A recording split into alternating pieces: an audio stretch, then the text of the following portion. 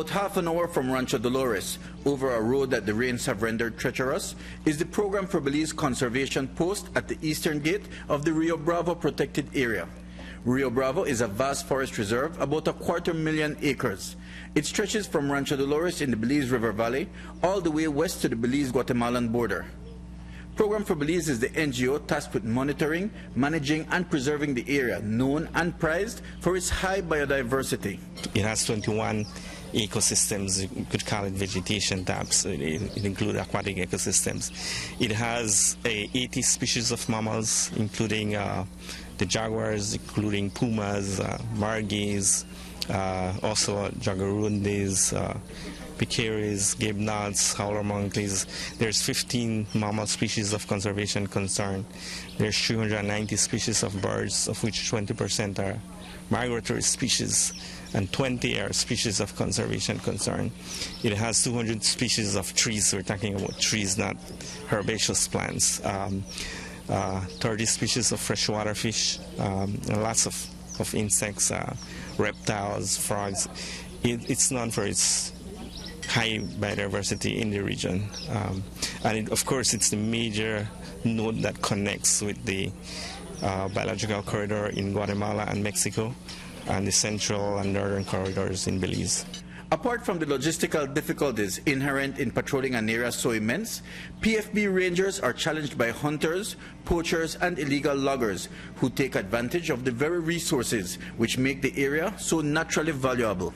The pine savanna goes all the way out of the border, which is, pine savannas are pretty much open, so people could easily come to do hunting or poaching of yellow-headed parrot. Those are major challenges for us. The people that come to do illegal logging in our area are people from the communities around our area, which means we have to be working a lot with the communities.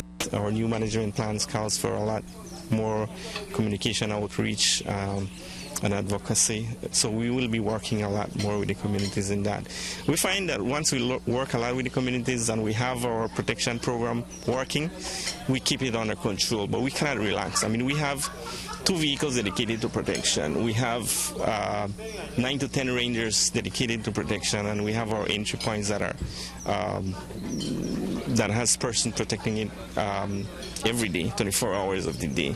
Those are man-made challenges which are difficult to contain. And there is another challenge which is just as difficult to deal with. Fires are harder to predict and have the potential to wreak terrible destruction. For the rangers of the Rio Bravo, the first pillar of the fire management plan is the monitoring and detection of fires, and that's where the 60-foot observation tower comes into play. And once you detect a fire, then there's other steps that comes in. We have people that would assess it to see if it could easily be suppressed, or it will naturally die because of where it's going. Or whether we need to bring more equipment and people to deal with it. So what we had before is a small fire tower that's just about 40 feet high. That was on in 1990. It's a single cement column tower, which has passed its lifetime. It's no longer safe, and it's also low. So with the funding we got from PAC, we were able to do this 60 feet stainless steel fire tower. And from there we have a higher view, and we can see a larger area, basically the entire pine savanna.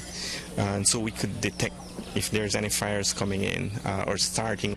The tower has actually been in use since the last dry season and was instrumental in the early detection of 10 forest fires.